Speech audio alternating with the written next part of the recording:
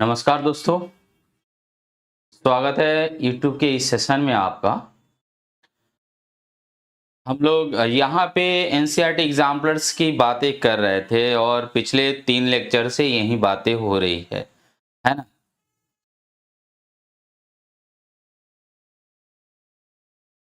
ठीक है, तो क्या हाल चाल है आप लोगों का, कैसे हैं, तैयारी कैसे चल रही है?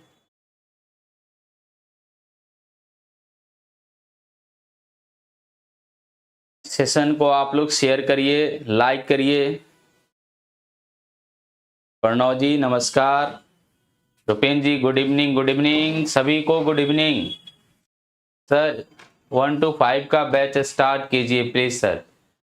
1 to 5 का बैच तो स्टार्ट ही है, 1 to 5 का बैच स्टार्ट है, आप लोग एडमिशन ले सकते हैं उसमें, है ना।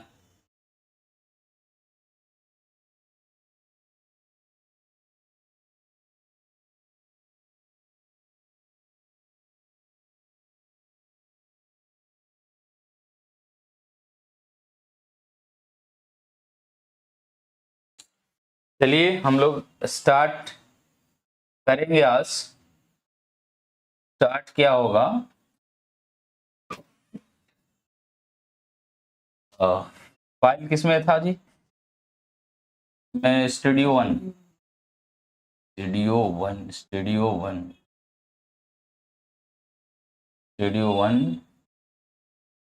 प्रिंसर पीजीटी स्लाइड 3 कब से स्टार्ट है सर? ये 29 जुलाई से स्टार्ट है सर। ये पीजीटी फिजिक्स के लिए है ना, बिल्कुल पीजीटी फिजिक्स ही है सर। जियोलॉजी का भी बैच है, अभी जियोलॉजी का कोई भी बैच नहीं है, ठीक है।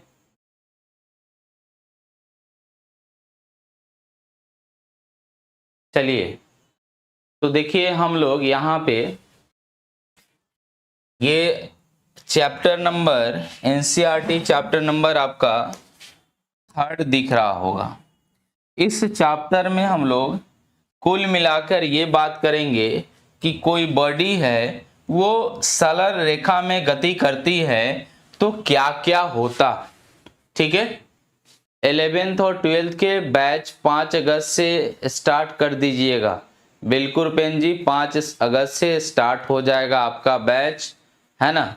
उसमें दिक्कत की बात ही नहीं है ना।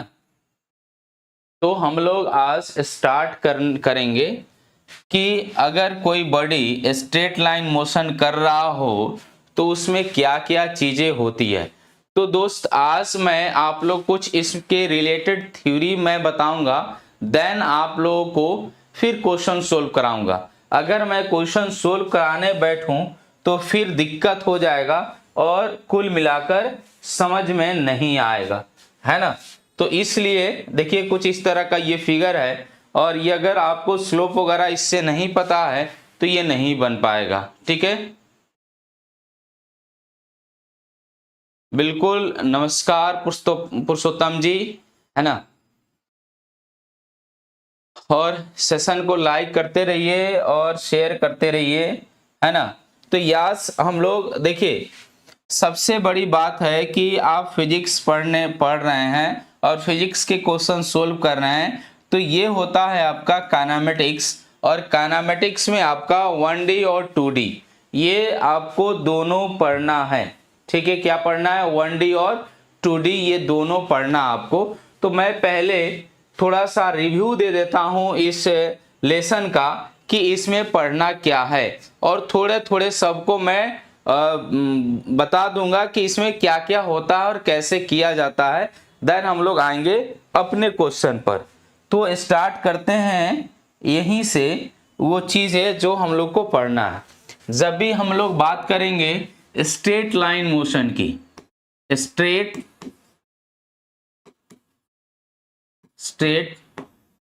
लाइन मोशन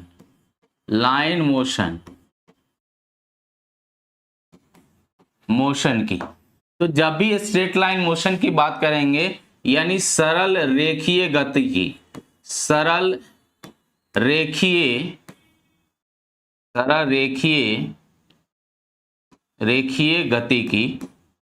तो रेखीय गति में आपको क्या क्या पढ़ना है मेरे भाई, और किस किस के बारे में जानना है? सर आपका बुक कब आएगा?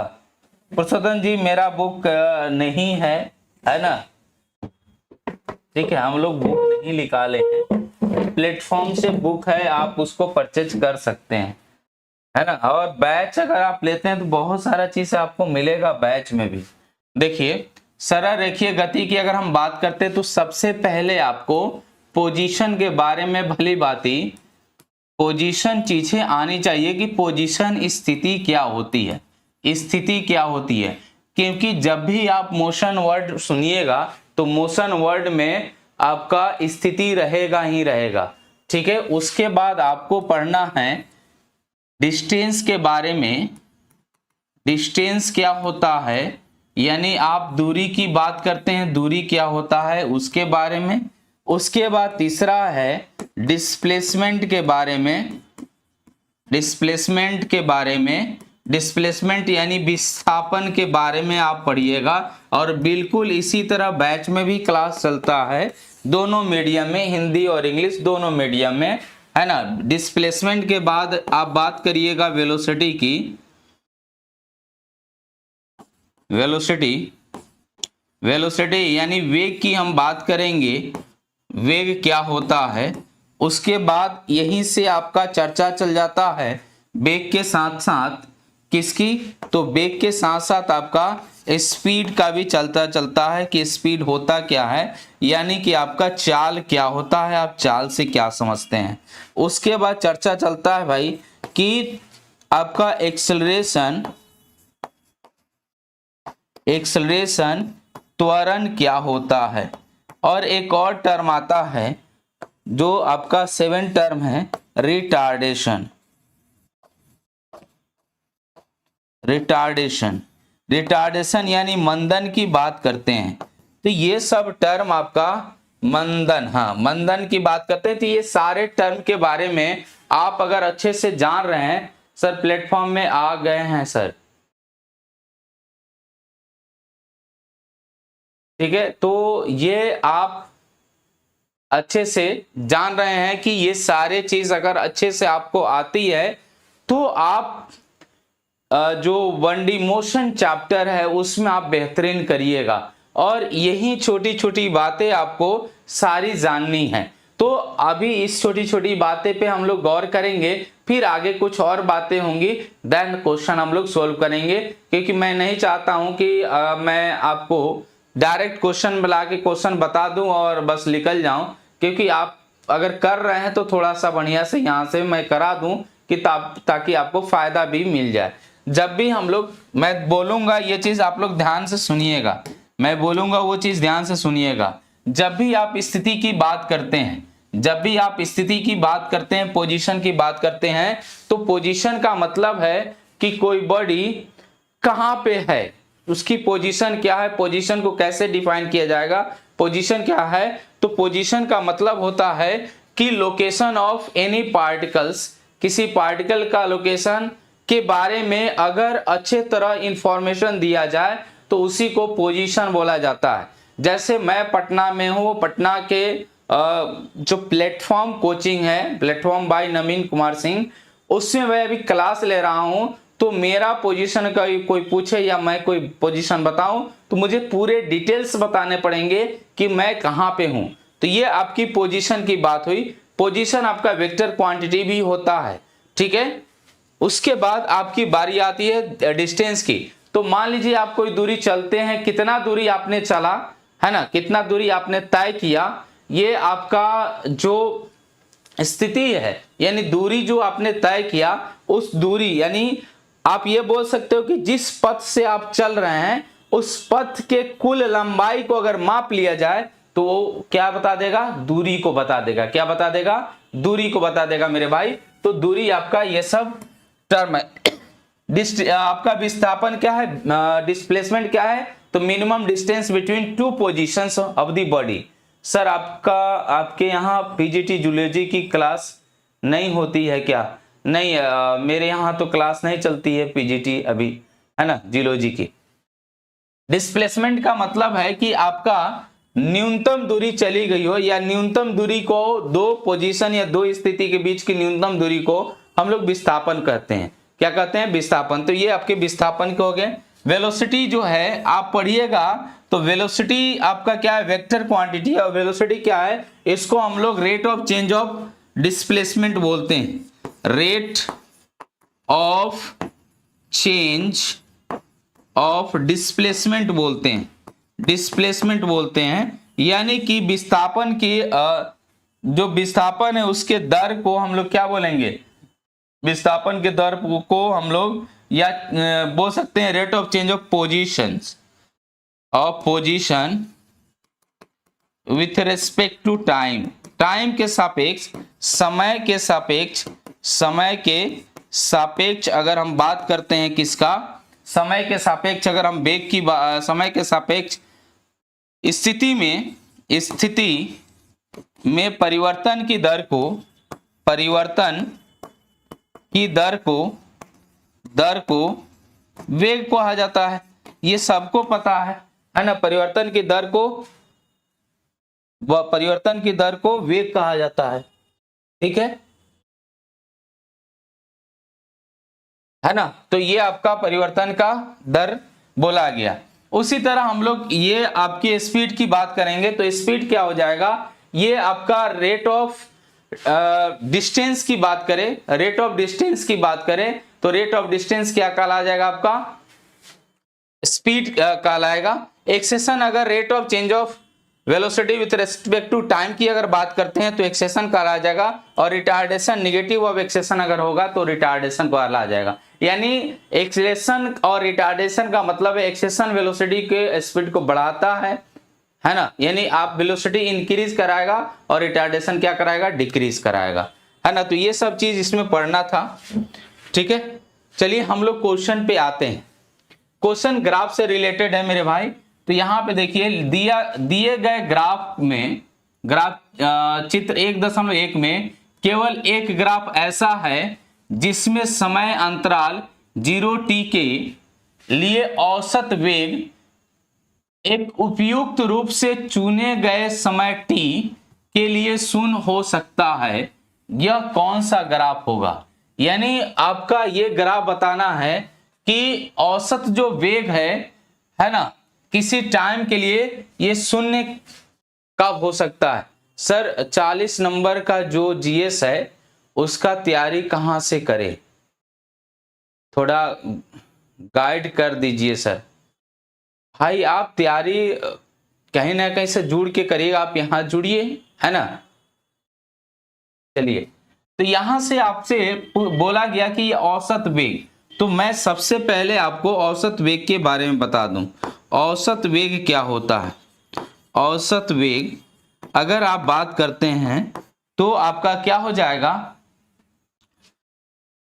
कुल विस्थापन बटा कुल लगा समय, कुल लगा समय, ये आपका क्या आ जाएगा? औसत वेग देगा। क्या देगा? औसत वेग। सर एप्लीकेशन में कोई भी पीडीएफ ओपन नहीं हो रहा है तो मिल सी कौन से एप्लीकेशन में भाई? किस क्लास के लिए पीडीएफ ऑन नहीं हो रहा है? विनीता सिंह जी बोल रही हैं डी होगा, तो ठीक है डी हम लोग चेक करेंगे डी होगा कि नहीं। यहां से सबसे पहले ये चीज हम लोग कुल विस्थापन बाई कुल समय, जब यहां पे हम बात करेंगे तो देखिए यहां पे ये सारे एक्सटी ग्राफ दिया है, यानी पोजीशन टाइम ग्राफ दिया है। जब भी हम लोग पोजीशन टाइम ग्राफ की बात करते हैं, किसकी बात करते हैं? पोजीशन टाइम ग्राफ की। पोजीशन टाइम ग्राफ की बात करते हैं तो पोजीशन टाइम ग्राफ के लिए अगर मैं स्लोप निकालूं तो ये स्लोप देता है dx बाई dt होगा, और ये आपका क्या हो जाएगा? इंस्टेंट वेलोसिटी,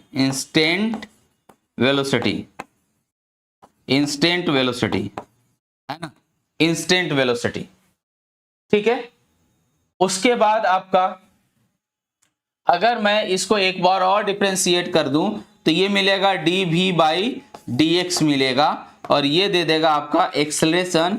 ये भी एक्सेलरेशन क्या हो जाएगा, इंस्टेंट होगा, यानी ताक्षणिक जो त्वरण होगा ये ताक्षणिक त्वरण है। क्या है, ताक्षणिक त्वरण है। ठीक है, मैं चंडीगढ़ से हूं, स्टेट क्लियर हो गया है सर, TRE4 में भर सकता हूं कि नहीं? बिल्कुल आप भर सकते हैं, आपका क्लास ऑनलाइन लूंगा सर, बिल्कुल आप भर सकते हैं, है ना। आप परचेज 5 से आपका क्लास शुरू भी हो जाएगा, है ना, 5 अगस्त से, तो आप परचेज कर सकते हैं। तो यहाँ से ये चीज आपको मालूम होना चाहिए। अगर ये चीज मालूम नहीं है तो फिर दिक्कत होगा। क्या होगा भाई, दिक्कत होगा, है ना। तो ये चीज मालूम होनी चाहिए, अगर मालूम है तो ये आप कर सकते हैं। अब यहां से देखिए, अगर मैं यहां पे देखूं तो जैसे मैं इस लाइन को, इसको मैं चूज करता हूं, तो यहां पे इसके पास ये T1 पे है और ये क्या हो गया, T2 पे है। यानी आप देख सकते हैं कि इसका पोजीशन दो समय पर सेम आ रहा है, इसका पोजीशन दो समय पे सेम आ रहा है। तो उस कंडीशन में हम लोग क्या बोल सकते हैं कि इसके लिए विस्थापन, यानी कि जहां से चला वहीं पहुंच गया कुछ समय के बाद, अलग अलग टाइम पे। तो इसके लिए पोजीशन सेम हुआ ना जी, कुछ दूरी चला और उसी पोजीशन पे आ गया। यानी मान लीजिए कि ये 10 मीटर से चला होगा, तो अभी तो 10 मीटर पे है ना, सेमी पोजीशन पे है कुछ समय के चलने के बाद। तो इसमें क्या हो रहा है, औसत वेग 0 हो रहा है। क्या हो रहा है, औसत वेग 0 हो रहा है। यानी आपसे बोला कि विच वन ऑफ इट, जो औसत वेग इसके लिए के लिए शून्य हो सकता है, यह कौन सा ग्राफ है। यानी कि आपका जो औसत वेग है ये इसमें से किसके लिए शून्य होगा। क्या इसके लिए औसत वेग शून्य हो सकता है, नहीं हो सकता है। क्या इसके लिए भी शून्य हो सकता है, नहीं हो सकता है। इसके लिए अगर आप इसको करते हैं तो ये स्लोप देखिए, ये स्लोप क्या है, स्लोप चेक करने का, पॉजिटिव है निगेटिव है, तो हम लोग एक्स एक्सिस वाले से एंटी क्लॉकवाइज डायरेक्शन में जाते हैं। अगर थीटा क्या हो, थीटा आपका लेस देन 90 डिग्री हो तो स्लोप पॉजिटिव होता है, ये याद रखिएगा। स्लोप क्या होता है, पॉजिटिव होता है, और स्लोप क्या होता है, पॉजिटिव होता है। ठीक है। Samuel platform by Naveen Kumar Singh, application में कोई भी PDF ओपन नहीं हो रहा है सर, प्लीज किसी को बोल के ठीक करवा दीजिए ना प्लीज। अच्छा ठीक है, मैं बात करूंगा, है ना। तो यहाँ पे आपका ये चीज दिया हुआ है, ये 90, अगर आपका थीटा क्या हो जाए, ग्रेटर देन 90 डिग्री हो जाए, तो इसका मतलब ये क्या हो जाएगा, निगेटिव स्लोप होगा। क्या होगा, निगेटिव स्लोप होगा, है ना।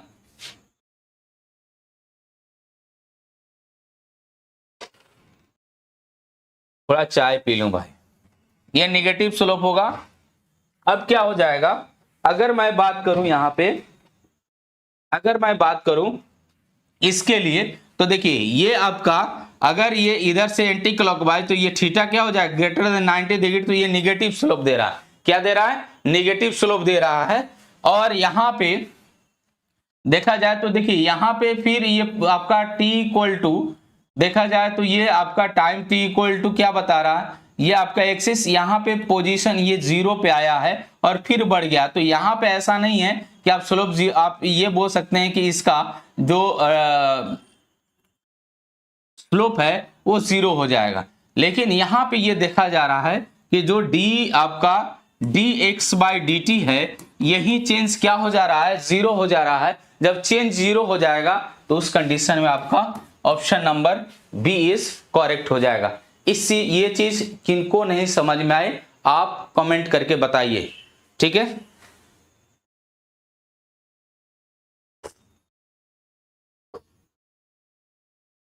जल्दी कमेंट कीजिए।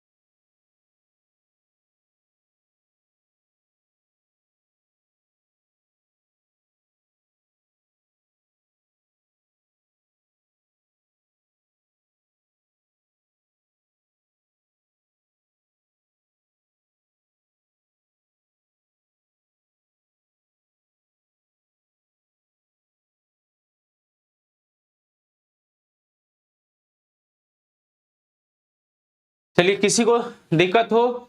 नमस्कार sir, good evening. Ripu ji नमस्कार, क्या हालचाल है आपका?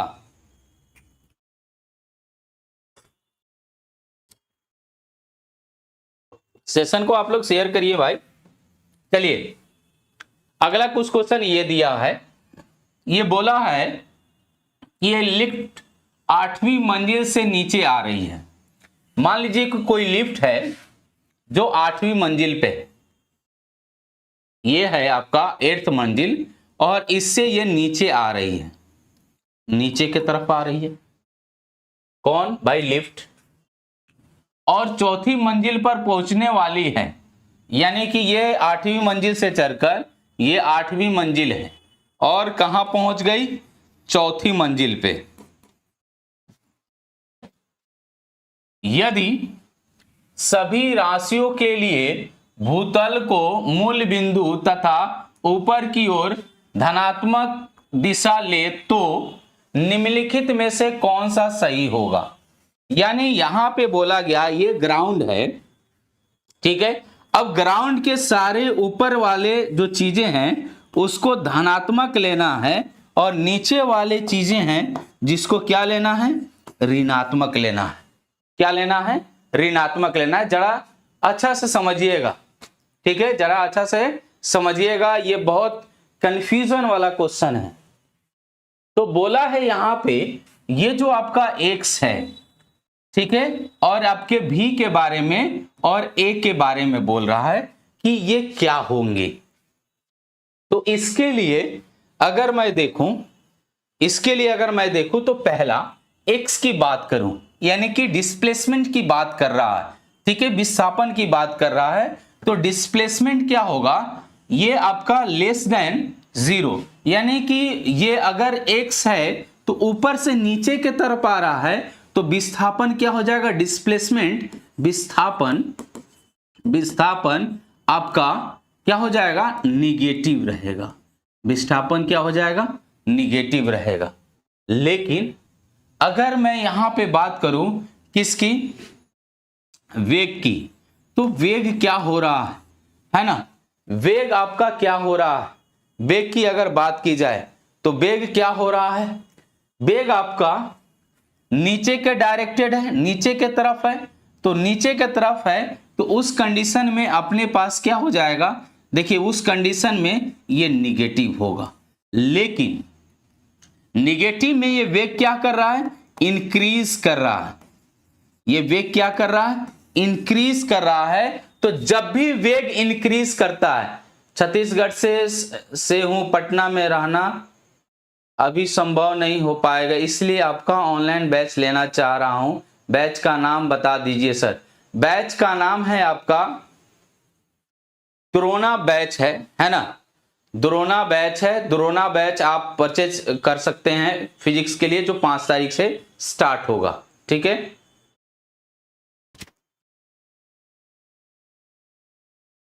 सर बैच परचेज का नाम लीजिए सर, द्रोणा बैच है आपके, है ना? तो ये चीजें यहां पे ध्यान से एक बार मैं और समझा रहा हूं। जब किसी ऑब्जेक्ट को, जैसे मान लीजिए अपने पास ये एक पेपर को मैं इसको करके जैसे मैं इसको छोड़ूंगा, मान लीजिए मेरा हाथ 8वीं मंजिल पे है, मेरा हाथ 8वीं मंजिल पे है, और मैं इस पेपर को छोड़ता हूं तो ये पेपर नीचे आएगा। तो नीचे आ रहा है तो इसका मतलब क्या है? ऊपर वाले चीजों को हमने क्या माना? पॉजिटिव माना। ये बोला है क्वेश्चन में। और जैसे ही हम इस चीज को छोड़े तो ये नीचे आ रहा है। नीचे आने का मतलब क्या हो गया? नीचे आने का मतलब है कि वेलोसिटी का डायरेक्शन, यानी वेक्टर क्वांटिटी है, डायरेक्शन नीचे की तरफ है, और डिस्प्लेसमेंट वेक्टर है, नीचे की तरफ है, यानी आपका लेस देन 0 निगेटिव है। तो आपका x भी निगेटिव होगा और v भी निगेटिव होगा। लेकिन आपका जो एक्सेलरेशन है, एक्सेशन तब हम लोग निगेटिव बोलते हैं, एक्सेशन निगेटिव तब बोलेंगे जब आपका क्या हो जाएगा? रिटार्डेशन का काम कर रहा होगा, रिटार्ड कर रहा होगा। तो वो क्या हो जाएगा? उस कंडीशन में अपना एक्सेशन पॉजिटिव होगा। क्या होगा? पॉजिटिव होगा। तो इसलिए इसमें ऐसा कंडीशन है कि आपका x क्या हो जाएगा? x हो जाएगा x लेस देन 0 होना चाहिए, वेलोसिटी भी लेस देन 0 होना चाहिए, है ना, क्योंकि वेलोसिटी, लेकिन इस वेलोसिटी को इंक्रीज करा रहा है तो ये आपका ग्रेटर देन क्या हो जाएगा, 0 हो जाएगा। ग्रेटर देन क्या हो जाएगा, 0 हो जाएगा। सर हम 11 12 के अच्छे से नहीं पढ़े हैं, कुछ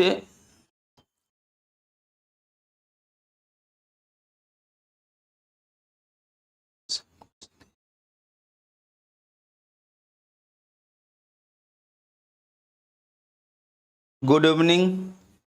देखिए क्या आप रोहित जी क्या बोल रहे हैं, सर मैं 11th 12th अच्छे से नहीं पढ़े हैं, कुछ साइन में, साइन का मतलब आप जी को निगेटिव मान रहे हैं, ये जी की आप बात कर रहे हैं कि जी सर डाउनवर्ड लगता है तो जी डाउनवर्ड हम लोग निगेटिव लेते हैं, ऐसा नहीं है।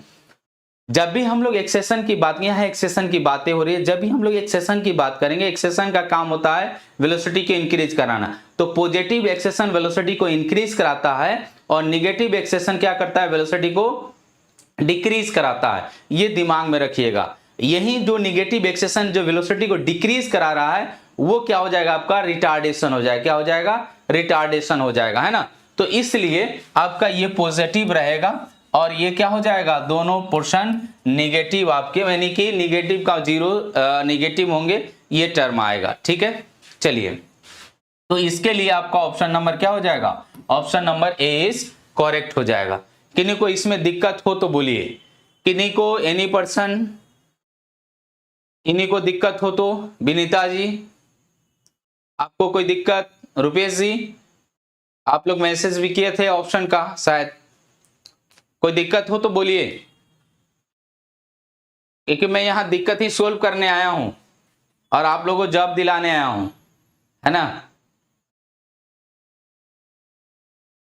कोई दिक्कत नहीं है ना, यहां साइन डायरेक्शन बता रहा है, बिल्कुल साइन डायरेक्शन बता रहा है। ये आपसे पूछा गया है कि देखिए यहां एक बार और समझ लीजिए आपसे क्या बोला गया, फिर से मैं समझा दे रहा हूं, इस चीज को आप अच्छे से समझ जाइएगा।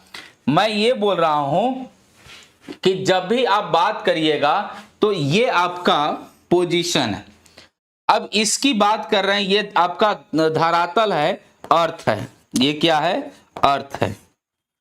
अब यहां पे कोई 8वीं मंजिल से 4थी मंजिल तक पहुंचने वाला है, क्या है, 8वीं मंजिल से 4थी मंजिल तक पहुंचने वाला है, तो आपको सारा चीज कहां से, यदि सभी राशियां के लिए भूतल को मूल बिंदु तथा ऊपर की ओर धनात्मक दिशा ले तो निम्नलिखित में से कौन सा सही होगा, तो आपको ये लग रहा है कि यहां से कोई बॉडी गिरेगा तो जी इसकी हर हमेशा नीचे एक्सेलेरेशन ड्यू टू ग्रेविटी लगती है ना। सर पेड क्लास में थोड़ा बेसिक से पढ़ाइएगा, पेड क्लास में बेसिक ही चलता है रोज जी, बेसिक से एडवांस चलता है, तो ये जी नीचे आएगा आपको लग रहा है, लेकिन यहां पे एक्सेशन की बातें हो रही है, तो अगर मैं यहां पे बोलूं कि कोई बॉडी है जो अपने वेलोसिटी को इंक्रीज कर रही है, क्या कर रही है, इंक्रीज कर रही है, तो इंक्रीज करने का मतलब क्या हो गया कि आपका पॉजिटिव एक्सेशन है और डिक्रीज करने का मतलब क्या होगा, निगेटिव एक्सेशन है। तो उस कंडीशन में आप तो ये बोल सकते हैं ना कि आपका डिस्प्लेसमेंट नीचे की तरफ है ना। जब डिस्प्लेसमेंट नीचे की तरफ आ रहा है तो ये अपने हाइट को कम कर रहा है, या आप इसके संदर्भ में बोलिएगा कि हाइट को कम कर रहा है, और इसके संदर्भ में बढ़िएगा कि यहां से बैठकर देखिएगा तो इनको आपको लगेगा कि हाइट बढ़ रहा है, यानी ये हो रहा है। तो हम लोग यहां से बातें कर रहे हैं, इसलिए आपका x लेस देन 0 हो जाएगा और वेलोसिटी भी लेस देन 0 हो जाएगा, लेकिन एक्सेशन क्या हो जाएगा, ग्रेटर देन 0 होगा। ठीक है, ये चीज होगा। चलिए अगला हम लोग बात करते हैं। अगला है एक बीमीय गति में ताक्षणिक चाल u के लिए शर्त जो दिया गया है, ये है, आपसे बोला गया है ताक्षणिक चाल, यानी आपका इंस्टेंट स्पीड की बात कर रहा है। तो आप मेरे भाई इतना जान लीजिए कि स्पीड सिर्फ और सिर्फ चेंज हो सकता है, सिर्फ और सिर्फ चेंज हो सकता है, तो ये सिर्फ बदल सकता है, किसके लिए बदल सकता है, किसके लिए भाई, तो सिर्फ और सिर्फ बदलेगा एक ही चीज के लिए इसके मैग्नीट्यूड को चेंज कर दो, मैग्नीट्यूड यानी कि परिमाण को चेंज कर दो। परिमाण अगर बदलेगा तभी बदल सकता है, परिमाण नहीं बदलेगा तो ये नहीं बदलेगा। बात समझ में आई? ठीक है, तो अब यहां पे t समय में विस्थापन का मान कभी ऋणात्मक नहीं हो सकता।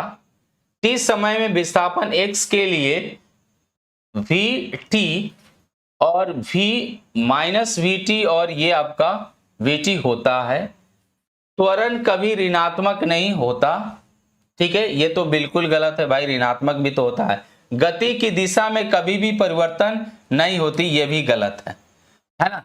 t समय में विस्थापन का मान कभी ऋणात्मक नहीं होता इसी t समय में, तो ऐसा नहीं है। देखिए अगर मैं बात करूं तो यहां से ये चीज आपको दिया गया है कि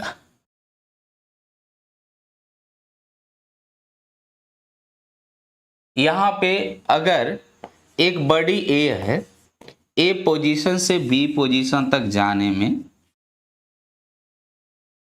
कोई टाइम t लग रहा है, ठीक है, कोई टाइम t लग रहा है ना। A पोजीशन से B पोजीशन जाने में कोई टाइम t लग रहा है। तो यहां से A से B ये गया, तो देखते रहिएगा, यहां से चलना शुरू किया और ये बोला है सर कि आपका v जो है 0 से v0 है, तो ये t इक्वल टू 0 पे ये यहां होगा और t equal to t second पे ये यहां पहुंच गया होगा। ये क्या हो गया होगा? t equal to t second पे इसकी वेलोसिटी v0 हो गई होगी और ये कहां से, ये यहां से इसकी वेलोसिटी यहां पे 0 है। अब क्या बोला है कि आपका विस्थापन की बात बोल रहा है, तो जब भी हम लोग विस्थापन की बात करेंगे तो विस्थापन के लिए तो निगेटिव होगा। तो अगर मैं, ये स्ट्रेट लाइन है तो स्ट्रेट लाइन में विस्थापन और दूरी दोनों बराबर होता है, विस्थापन और दूरी दोनों बराबर होता है। और इसके लिए आप वेग और चाल की बात करते हैं तो दोनों बराबर हो जाए, क्योंकि दिशा चेंज नहीं हो रहा है ना। और यहां से अगर ये इधर गया तो इसके लिए वेलोसिटी कितना हो जाएगा, तो इस डायरेक्शन में आप पॉजिटिव मानते हैं तो ये क्या हो जाएगा आपका डिस्प्लेसमेंट, इसके लिए पॉजिटिव होगा तो ये v0t हो जाएगा, v0t हो जाएगा। लेकिन इधर मुड़ेगा तो डिस्प्लेसमेंट निगेटिव हो जाएगा, तो निगेटिव डिस्प्लेसमेंट के लिए आप लिखोगे माइनस v0t लिखो, क्योंकि यहां से यहां तक आने में t ही समय लगेगा। यानी कि अगर मैं किसी विस्थापन की बात करूं तो विस्थापन के लिए अगर होता है तो उस कंडीशन में आपका क्या हो जाएगा, माइनस v0t से लेकर कितना प्लस v0t तक होगा। यानी option number B is correct, option number B is correct. ठीक है Vinita ji, option Rupesh ji, option B is correct. आप लोग रिप्लाई दीजिए ये सब जो क्वेश्चन करा रहे हैं उसका रिप्लाई, तब मजा आएगा, है ना। फिर ऐसे मजा नहीं आता है क्लास में, मजा ले लेके पढ़ना है हम लोग। अभी है टाइम है और आपको ये चीज कभी फील नहीं होगा कि सर बीच में छोड़ देंगे, ऐसा नहीं है ना। ये डेली क्लासेस चलेगी यूट्यूब पे, ये आपका टाइम 10 से 11 फिक्स है, ठीक है सर। डिस्प्लेसमेंट 0 निगेटिव पॉजिटिव भी होता है ना गुरुजी, बिल्कुल। Displacement can be 0 negative positive. Displacement 0 तब होगा जब आप राउंड ट्रिप की बात करेंगे, यानी आपने जहां से चला वहीं पहुंच गया, ठीक है, तो वो राउंड ट्रिप कहा जाएगा और उस ट्रिप के लिए डिस्प्लेसमेंट 0। जैसे ही डिस्प्लेसमेंट 0 होगा तो उसके लिए आपकी वेलोसिटी की अगर बात की जाए तो उसमें आपका 0 हो जाएगा, है ना। चलिए कोई दिक्कत किन्हीं को, ठीक है भाई। लाइक करिए, सेशन लाइक करिए, लाइक दबाइए। अब यहां पे देखिए मेरे भाई एक क्वेश्चन दिया गया है, बहुत ही बेहद मजेदार, बहुत मजेदार ये क्वेश्चन है और ये बहुत सारे एग्जाम में पूछा हुआ क्वेश्चन है, बहुत सारे एग्जाम में पूछा हुआ क्वेश्चन है। आपके जितने भी फिजिक्स से रिलेटेड जो एग्जाम होते हैं ये सारे एग्जाम में इस तरह के क्वेश्चन पूछे जाते हैं। इसका थोड़ा सा मैं थ्योरी बता देता हूं, फिर आपको इस तरह के क्वेश्चन में दिक्कत नहीं होगा। थ्योरी के बेसिस पे मैं ये काम कर रहा हूं और ये थ्योरी मैं बताने जा रहा हूं, इस थ्योरी को जरा अच्छे से समझिएगा, एक गाड़ी है ना, एक गाड़ी है, ठीक है, ये गाड़ी यहां से चलना शुरू करती है और ये चलकर यहां पहुंच जाती है, ठीक है, चलती है, यहां पहुंच गई। अब यहां से ये गाड़ी चलकर टिंग यहां पहुंची। अब ये जो डिस्टेंस चला, मान लीजिए कि इसका डिस्टेंस d है, क्या है, डिस्टेंस d है, ठीक है। अब क्या करना है, इसमें करना यह है कि आपसे क्या पूछा गया है, आपसे पूछा गया एवरेज स्पीड। क्या पूछा गया है, एवरेज स्पीड। रविंदर कुमार जी को ये आ रहा है, चलिए हम लोग देखते हैं। आपसे पूछा गया एवरेज, तो मैं फॉर्मूला लिख देता हूं एवरेज स्पीड का। जब भी आप वी एवरेज की बात करिएगा तो वी एवरेज होता है कुल दूरी बटा लगा समय, कुल दूरी बटा लगा समय। समय कितना लगा, अगर उससे डिवाइड कर देते हैं तो ये चीज निकल जाएगा। चलिए मैं ये चीज देखकर बना रहा हूं। अब यहां पे ये बोला जाता है कि गाड़ी जो है ना, ये गड़िया आधा चला अलग स्पीड से, क्या चला, आधा चला अलग स्पीड से, आधा चल रहा अलग स्पीड से। मानते हैं कि ये V1 से चला और ये किससे चला, V2 से चला, पहला कंडीशन। दूसरा कंडीशन, यहां से ये दौड़ कर भाग रहा है और आपका उस जी एक स्पीड से भागा, फिर उधर से भागता चला आ रहा है दूसरे स्पीड से, ठीक है, यानी दूरी सेम तय करे, तो उस कंडीशन में हम लोग क्या यूज करेंगे वो अभी बता रहे हैं और मैं उसको प्रूफ करके बता रहा हूं। डायरेक्ट मैं भी आंसर मार देता इसमें, है ना, लेकिन मैं प्रूफ करके बता रहा हूं। ये बोल रहा है एक वाहन आधी एल को चाल V1 से तथा शेष आधी दूरी को चाल V2 से तय करता है, तो इसके लिए औसत चाल क्या है, यानी वही आधी आधी हो गई कि नहीं हुई, तो आधी इससे और आधी इससे है, तो आप जानते हैं कि हमको कुल दूरी चाहिए। कुल दूरी तो d है, यहां कुल दूरी l है, तो लगा समय इसमें क्या हो जाएगा, तो आप जानते हैं कि चाल बराबर मेरे भाई दूरी बटा समय होता है। और आप अगर यहां पे टाइम निकालते हैं तो यहां से t is equal to d/v हो जाएगा मेरे भाई, क्या हो जाएगा, d/v हो जाएगा। आप टाइम निकालते हैं तो क्या हो जाएगा, d/v हो जाएगा। अगर सेशन अच्छा लग रहा है तो प्लीज आप लोग लाइक करिए, शेयर करिए, है ना, ताकि हमको भी मोटिवेशन मिले आप लोगों से कि आप लोग पसंद कर रहे हैं इस लेक्चर को। लाइक से ही पता चलता है कि लेक्चर कितना पसंद किया गया है। d/v, और उससे आगे जो लाया जाता है ना, उसमें कुछ ना कुछ इंप्रूवमेंट होता है। तो d/v, अब अगर मैं यहां पे बात करूं तो इसके लिए अगर आप निकालते हैं तो यहां से यहां तक आने में t1 टाइम लगा, t1 टाइम में कितना चला, तो d/2 बाई v1, और t2 टाइम में कितना चला, d/2 बाई v2। टोटल दूरी आपका v एवरेज की बात करें तो टोटल दूरी कितनी हो गई, टोटल दूरी हो गई आपकी कितनी, तो d हो गई। उसके बाद टोटल आऊंगा t1 प्लस t2, यानी d/2 by v1 plus d/2 by v1 हो जाएगा मेरे भाई।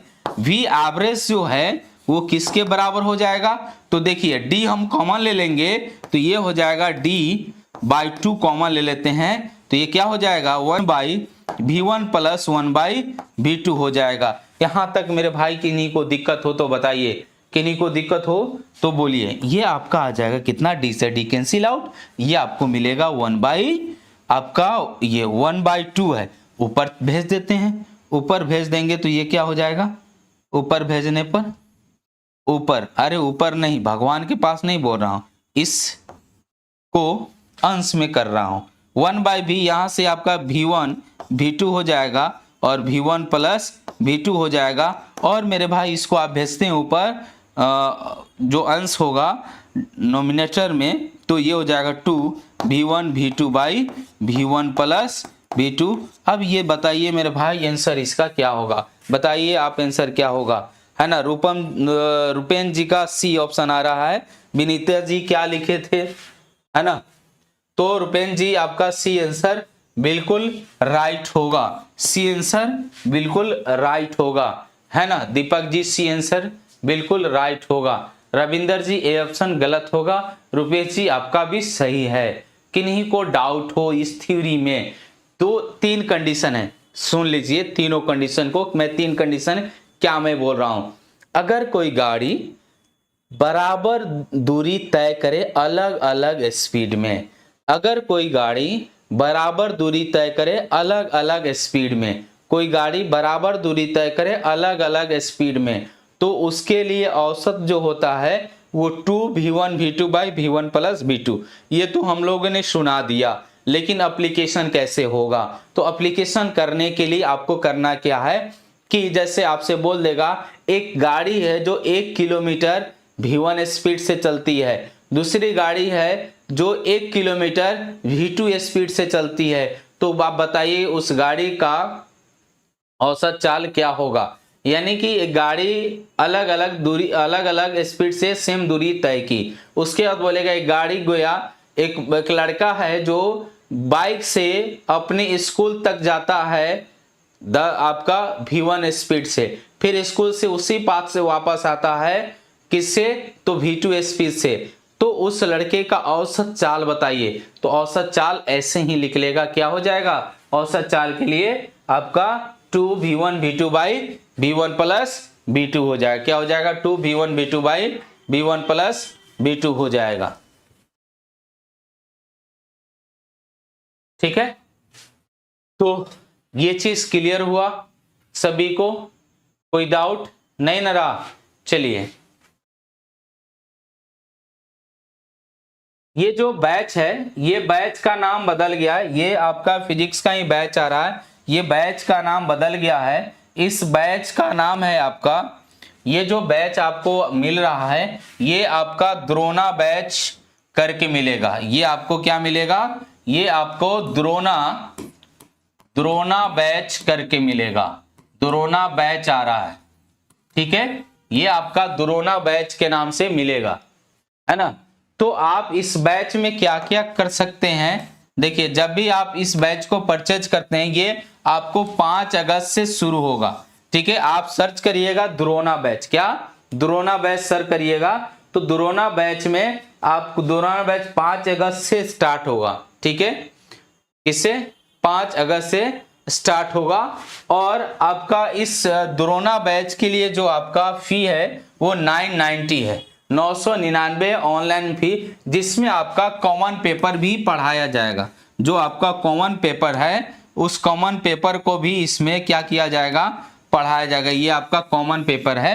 तो फिजिक्स यानी कि फिजिक्स का आप क्लास लेते हैं तो फिजिक्स के साथ 80 मार्क्स के साथ साथ आपका 40 मार्क्स का भी स्टडी कराया जाएगा। ठीक है, तो आप लोग उस बैच को परचेज कर सकते हैं जिसका नाम मिलेगा द्रोणा बैच। क्या मिलेगा, द्रोणा बैच नाम आएगा, तो उस बैच को आप खरीद सकते हैं, है ना। इसमें आपको पूरे एनसीईआरटी के जो एग्जाम्पल्स है, उसके एक्सरसाइज है, उसके बाद डीपीपी है, ये सारे सोल्व कराए जाते हैं, है ना। चलिए आगे चलते हैं। आगे में क्या बोला गया है, यहां पे दिया है कि किसी कण का विस्थापन आपका ये है, निरूपित किया जाता है जहां x मीटर तथा t सेकेंड में मापा गया है। The distance covered by the particle और सेकेंड, यहां से कुछ गायब कर दिया गया है हिंदी वाले में, इंग्लिश वाले में देखते हैं। The displacement of a particle is given by x is equal to t minus 2 का square, where x is in meter, t in second, then distance covered by the particle in first 4 second, 4 second में करेगा। Sir practice set करवाइए, हाँ बिल्कुल practice set होगा, है ना। 20 question का प्रैक्टिस सेट जल्द स्टार्ट होने वाला है। ठीक है, तो यहां पे हम क्या करेंगे, ये 4 सेकेंड पे आपको पूछा गया है कि कितना डिस्टेंस ट्रेवल करेगा, है ना। तो ये तो आपका डिस्प्लेसमेंट दिया ही है जो ये आपका है, और उसी डिस्टेंस आपको 4 सेकंड के बाद पूछा है, तो यहाँ पे आप सिंपल सा निकाल सकते हैं क्या, 4 आपका 2 या आपका क्या हो जाएगा इस कंडीशन में,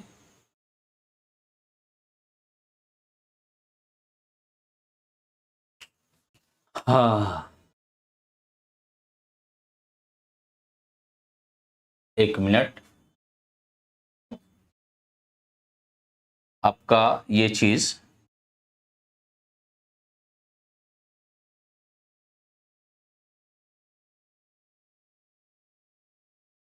अगर मैं यहाँ पे x इज इक्वल टू लिखूं क्या, टी स्क्वायर माइनस 2t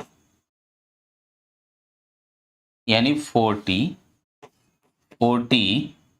और -4, तो यहाँ से आपका क्या मिलेगा, तो 4 का स्क्वायर 16 और ये आपका क्या हो जाएगा +4। तो कुछ क्वेश्चन छूटा हुआ मुझे लग रहा है ना।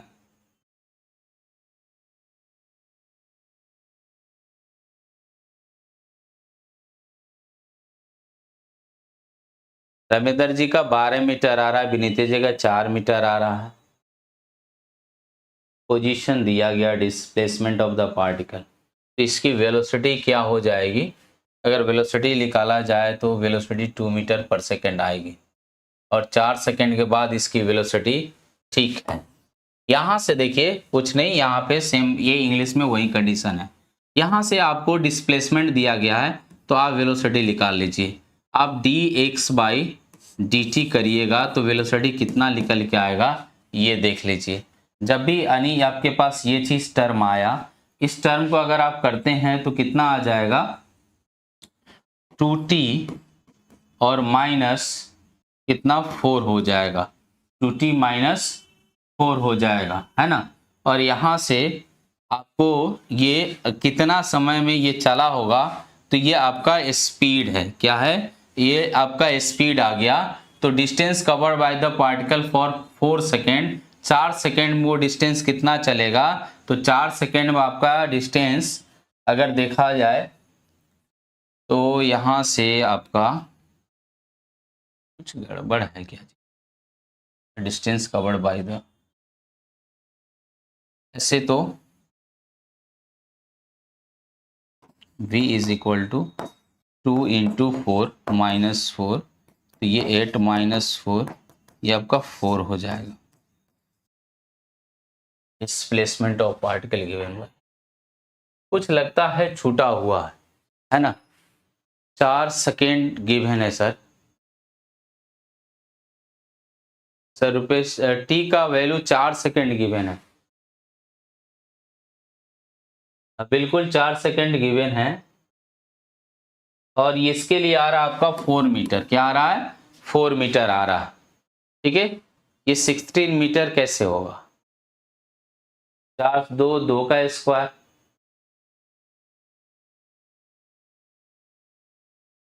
कुछ इसमें गड़बड़ है भाई, है ना। चलिए आगे हम लोग देखते हैं, इसमें कुछ गड़बड़ है, ठीक है, इसको हम करेक्ट करेंगे।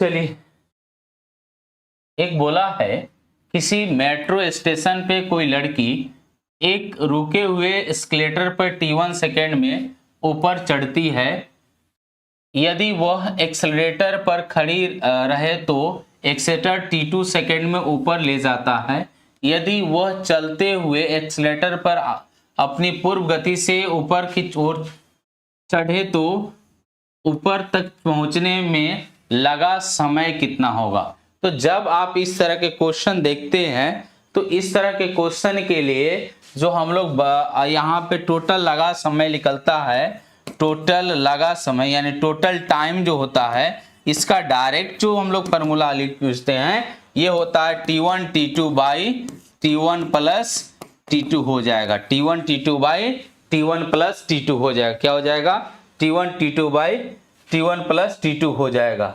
ठीक है, इसके लिए क्या होगा T1 T2 by T1 plus T2। जैसे आप जाते हैं मॉल वगैरह में तो उसमें क्या होता है,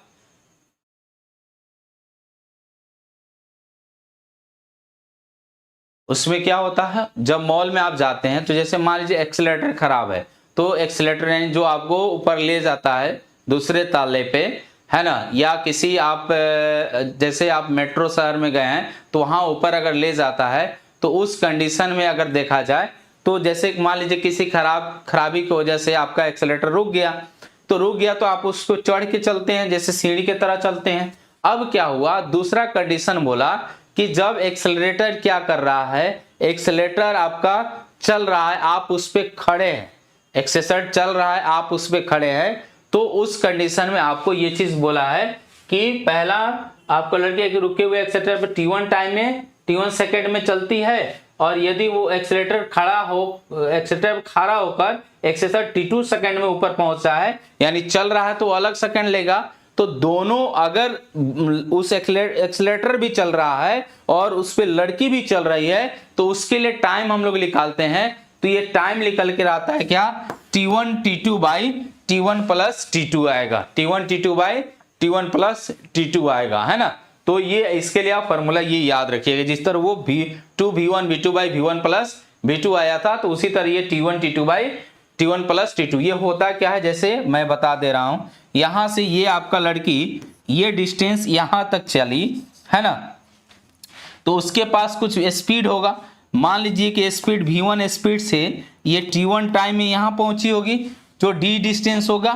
अब क्या हुआ, एक्सेलरेटर एक्सेलरेटर पे बैठ के, ये आपका एक्सेलरेटर है, ये यहां तक आ रहा है, तो सेम डिस्टेंस तय किया V2 में T2 टाइम में, है ना। तो अगर इस पे आपका लड़की भी चले और एक्सेलरेटर भी चले, तो उसके लिए आपका ये बोल सकते हैं कि उसके लिए टाइम कितना लगेगा।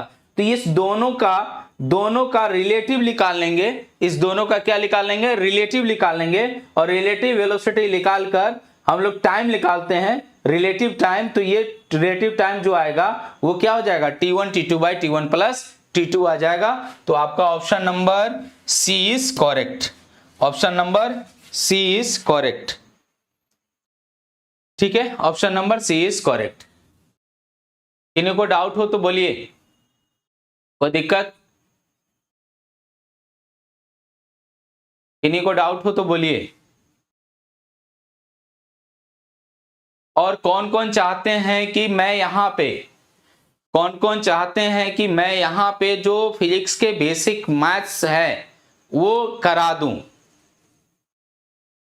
कौन कौन चाहते हैं कि मैं फिजिक्स के बेसिक मैथ यहीं यूट्यूब पे ही करा दूं।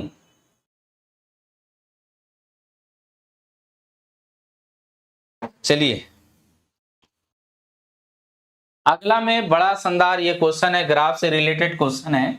बोला गया किसी कण की सरल रेखा में गति कर का विवरण देने के लिए राशि b के साथ राशि a में होने वाले परिवर्तन का ग्राफ 3.2 में दर्शाया गया। यानी आपसे बोल रहा है the variation of quantity a with quantity b, तो plotted in figure 3.2 describe the motion of the particle in the straight line. ठीक है, तो यहां से आपका क्या हो जाएगा, यहां से रुपेश जी चाहते हैं और कोई है, मैक्सिमम होंगे तो मैं कराऊंगा, ऐसे नहीं है। यहां से आपसे ये ग्राफ दिया गया है और आपसे ग्राफ में ये चीज ऑप्शन दिया गया है कि भाई ये जो ऑप्शन है, ऑप्शन क्या क्या होगा, ये चीज आपको देखना है। बोला है राशि b समय निरूपित कर सकती है, तो राशि b समय निरूपित बिल्कुल करती है। ये आपका यहां समय रहता है ना, यहां पे क्या रहता है, समय रहता है। ठीक है, उसके बाद आपका यदि गति एक समान हो तो राशि a वेग है। यहां पे अगर गति एक समान हो तो राशि आपका क्या है, a जो है वेग है। तो मैं यहीं पे फिगर बनाता हूं, यहां पे आपका जो ये फिगर दिया गया है इसको तो समय मान लिया गया a को, और सॉरी बी को समय मान लिया गया और ए को बोला जा रहा है कि यदि गति एक समान हो तो राशि ए है। तो क्या अगर राशि ए को वेग मान लिया जाए तो वेग समान होगा, तो क्या ये ऐसे इंक्रीज कर रहा है, इधर आपका आ रहा है, समय के साथ ये बढ़ रहा है और गति समान होने का मतलब ये है कि ना इसका दिशा चेंज हो और ना ही इसका परिमाण चेंज हो, ना ही दिशा चेंज हो और ना ही परिमाण चेंज हो, तो उस कंडीशन में हम लोग समान मान सकते हैं। तो समान है क्या, समान वेग के लिए आपका ग्राफ ऐसे बनता, तो ये आपका नहीं है बिल्कुल। यहाँ पे सॉरी हम लोग यहाँ की बात कर रहे हैं, ये आपका समान वाला है ना, तो ये आपका है, यानी ये नहीं हो सकता। ये हो सकता है यदि गति एक समान हो तो राशि ए विस्थापन होगा, बिल्कुल सही बात है। अगर आप इसको विस्थापन मान लेते हैं, इसको विस्थापन मान लेते हैं, तो विस्थापन और समय का ग्राफ जो है वो वेग देता है। विस्थापन और समय का ग्राफ क्या देता है, विस्थापन और समय का स्लोप जो है वो वेग देता है। और यहाँ पे आप वेग इक्वल टू dx/dt लिख सकते हैं, यानी कि वेलोसिटी dx/dt होगा। तो ये आपका क्या हो जाएगा, एक समान गति से जा रहा है, क्योंकि यहाँ पे अगर आप समय देख रहे हैं तो एक बराबर आपका ये चेंज हो रहा है, यानी ये आपका क्या है, एक समान गति का गति है, एक समान हो, गति एक समान है, इसलिए आपका ये ए को विस्थापन बोला गया है। ये बिल्कुल सही बात है। उसके बाद बोला गया यदि गति एक समान त्वरित है तो एक वेग है। अगर आपका ये एक समान त्वरण होता तो इसको वेग माना जाता, एक समान त्वरण होता तो क्या माना जाता, वेग माना जाता। तो इसका मतलब क्या हो जाएगा, इसका मतलब हो जाएगा डी, यानी ऑप्शन 3 इसमें सही है। Option number A is correct, option number A is correct, option number C is correct और option number D is correct. ये तीनों ऑप्शन करेक्ट है मेरे भाई, है ना। रुपेन जी आपका ऑप्शन बी इनकरेक्ट है, ठीक है। चलिए, है ना, मजा में है ना, मजा आ रहा है सभी को। ठीक है, थोड़ा सा फिजिक्स में तो मजा करना ही पड़ेगा। स्टार्ट कर दीजिए सर। बिल्कुल स्टार्ट किया जाएगा, बेसिक में सारे कंप्लीट कर दूंगा आपके यूट्यूब चैनल पे ही, है ना। किन्हीं को कोई दुख तकलीफ हो और मुझसे कोई शिकवा शिकायत गिला,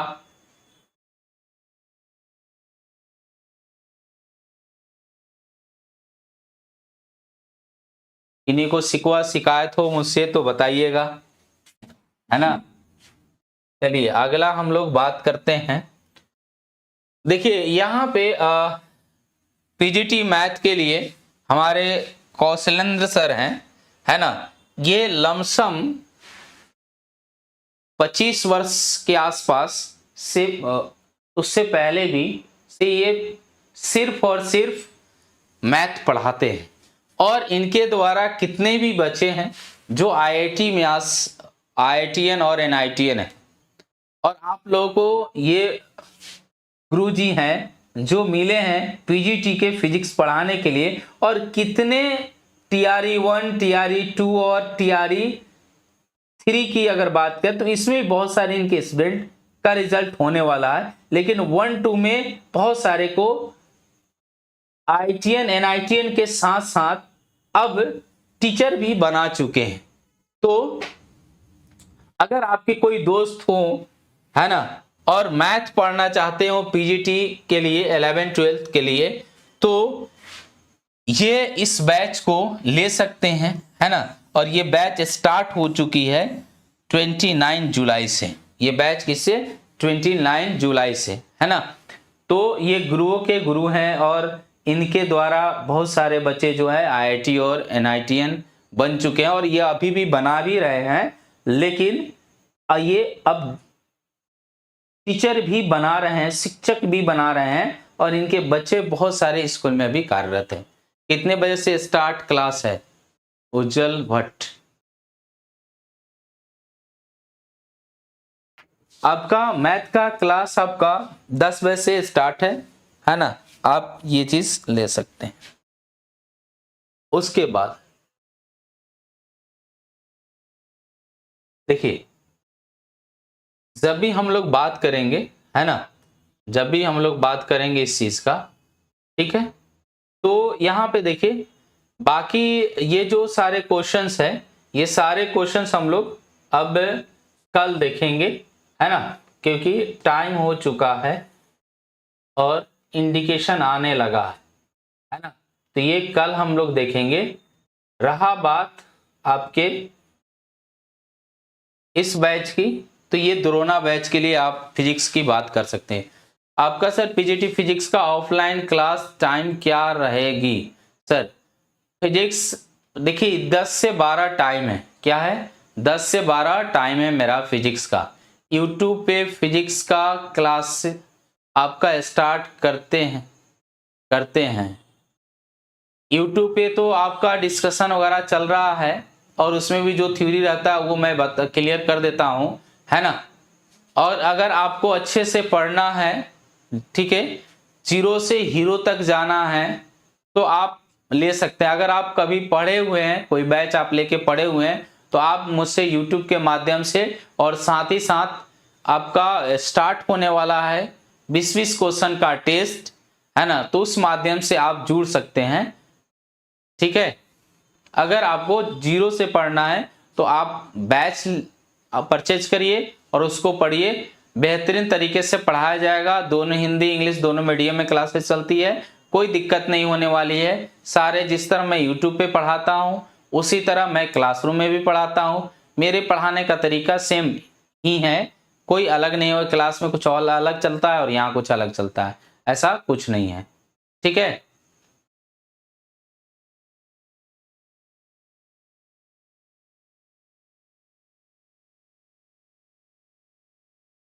और कोई नहीं, कोई दिक्कत हो तो बोलिए।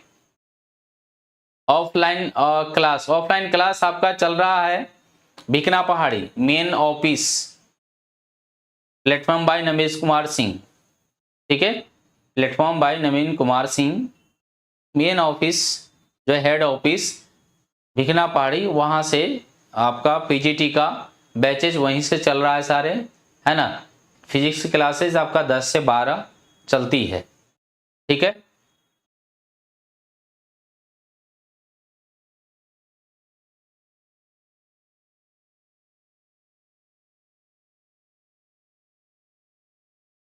बस आप लोग से यही है कि आप लोग जुड़े, है ना, कभी दुखी मन से आप नहीं जाइएगा इस